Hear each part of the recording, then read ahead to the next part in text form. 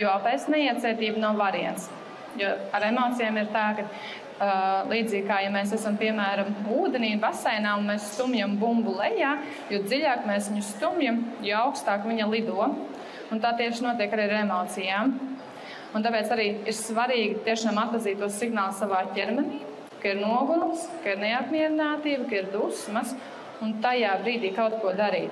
Un tipiski tās tādas īsas intervences, pieejas, ko var darīt, kādam tas ir vienkārši izpurināt visu ķermeni.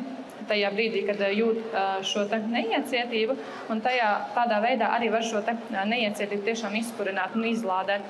Citiem ir tas, ka ķermeni var sasprindzināt un atlaist, un arī tas palīdz šo spriedzi izlaist ārā. Kādam palīdz tas, kad burtiski aiziet un spilvenā iebļaujas, un arī tas var palīdzēt. Un, ko man gribas teikt, nevajag kaunēties, kautrēties.